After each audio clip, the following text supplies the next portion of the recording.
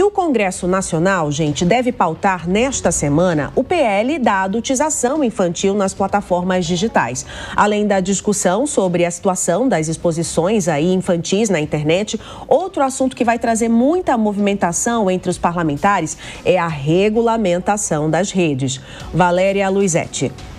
Após as denúncias do influenciador Felca sobre a sexualização de menores nas redes sociais, ganharam força no Congresso diversos projetos de lei para enfrentar o problema. Entre eles, o PL do senador Alessandro Vieira, que já está na Câmara. Relatado pelo deputado Jadiel Alencar, o texto prevê a remoção de conteúdos nocivos em desacordo com a classificação indicativa, como pornografia, sexualização, adultização, jogos de azar e automutilação. A retirada pode ocorrer por decisão judicial ou por iniciativas das próprias plataformas. Em caso de descumprimento, a Agência Nacional de Proteção de Dados será responsável por notificar e aplicar sanções. As denúncias são feitas e de acordo com e estando em desacordo com essa classificação indicativa, as próprias plataformas, a própria rede, no caso, faria a remoção do conteúdo. Se ela não fizer algo de não retirar o conteúdo inadequado que ele esteja em desacordo com a classificação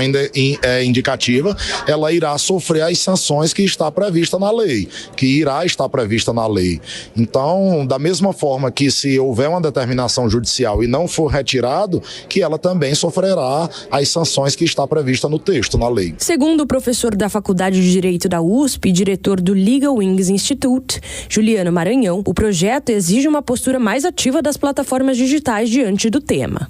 Primeiro, obrigações para que as plataformas digitais adotem as melhores práticas para mitigar os riscos da exposição da criança e do adolescente a conteúdos que sejam inadequados. Então, além dessas obrigações de adoção das melhores práticas e do estado da arte na configuração dos seus produtos digitais, também obrigações que trazem uma postura mais ativa das plataformas no monitoramento e reação para a retirada de conteúdo que seja impróprio. Além deste e de outros projetos em discussão, desde que o tema ganhou repercussão, especialistas em direito da criança e do adolescente defendem que o combate à exploração de menores precisa ir além das mudanças na lei.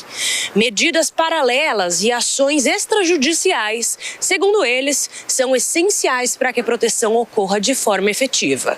Juliano Maranhão destaca que a autoridade nacional prevista no PL precisa ser devidamente estruturada para que a lei tenha eficácia. É importante que essa lei seja implementada e aplicada de modo eficaz.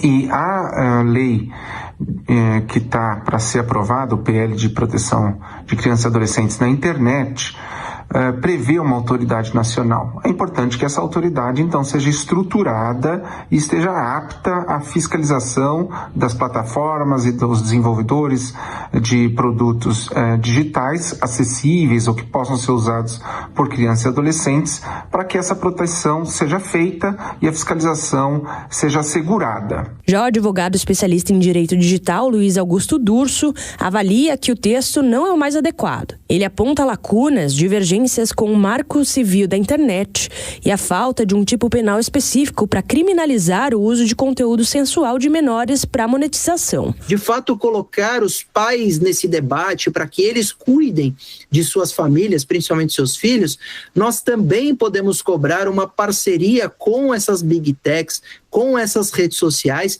para que elas fiscalizem melhor o descumprimento aos seus termos de uso, que desmonetizem esse tipo de conteúdo, esses canais que se aproveitam da imagem de menores com conteúdo sensual para monetização, que faça a exclusão de conteúdos sexualizados, o banimento de perfis. Durso também reforça que a educação digital é uma das principais ferramentas de prevenção. Ele defende campanhas nacionais e a inclusão do tema nas escolas para conscientizar pais, crianças e adolescentes sobre os riscos e formas de proteção no ambiente online. Então, uma campanha preventiva nacional de educação é muito melhor do que o governo querer, de alguma forma, trazer uma regulamentação que gera um debate enorme, uma polarização, inclusive sobre a necessidade de preservação da liberdade de expressão, mas também o combate ao conteúdo ilícito na rede. O PL já foi aprovado na Comissão de Constituição e Justiça e aguarda votação no plenário da Câmara dos Deputados.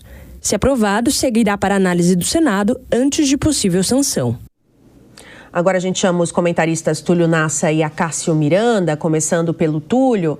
Túlio, a oposição vai bater muito nessa tecla nos próximos dias de que uma regulamentação pode parecer censura. Como você analisa esse ponto?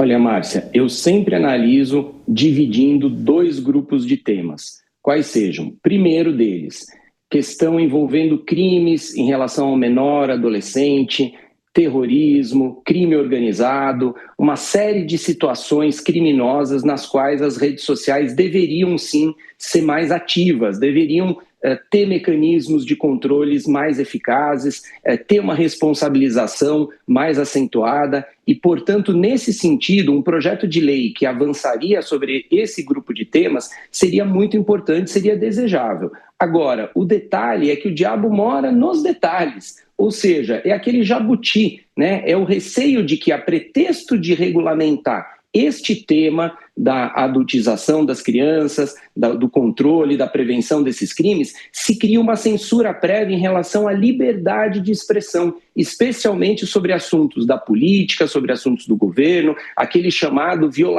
chamada violação ao Estado Democrático de Direito. Qual é a fala que viola o Estado Democrático de Direito? E quem é que vai controlar? Eu quero relembrar que Mark Zuckerberg, depois das últimas eleições americanas, confessou claramente e se disse arrependido que quando fez a regulação política, ou seja, da liberdade de expressão, disse que acabou, sim, sendo tendencioso para um dos lados políticos nos Estados Unidos e que não deveria fazer isso. A Europa também recuou nesse tema da regulação da liberdade de expressão. Então nós temos já casos concretos que mostram o perigo quando vai ao jabuti. Se ficar apenas no grupo de temas relacionados aos crimes contra crianças, adolescentes, etc., tudo bem. O problema é que a gente tem que ficar de olho nos detalhes, Márcia.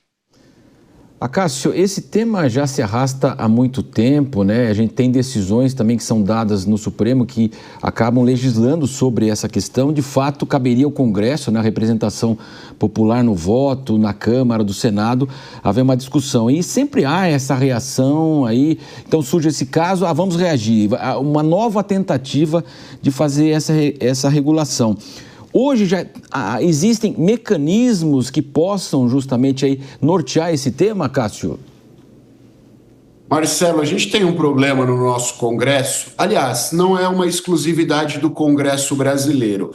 É uma característica dos congressistas mundo afora, que é legislar no calor dos fatos. E quando você legisla com base em algo que está acontecendo, sem que você tenha o devido tempo para maturar essa ideia, normalmente essa é uma legislação fadada ao fracasso ou fadada a não alcançar os seus reais objetivos. E nós estamos, neste momento, diante de algo nesse sentido. Às pressas, o Congresso Nacional apresenta um projeto de lei. Não é o melhor projeto de lei possível e, principalmente, ele é inserido num contexto de polarização. Então, as pessoas, dada a divisão que nós enfrentamos no nosso país, são incapazes de olhar pro conteúdo daquele projeto. Elas simplesmente contextualizam aquele projeto com o lado ao qual elas acabam aderindo. E esse é um exemplo típico. A oposição, ou pelo menos parcela da oposição, vai brigar contra esse projeto não pelo seu conteúdo, não por discordar do seu conteúdo, mas por simplesmente entender que ele supostamente traz restrições à liberdade de informação.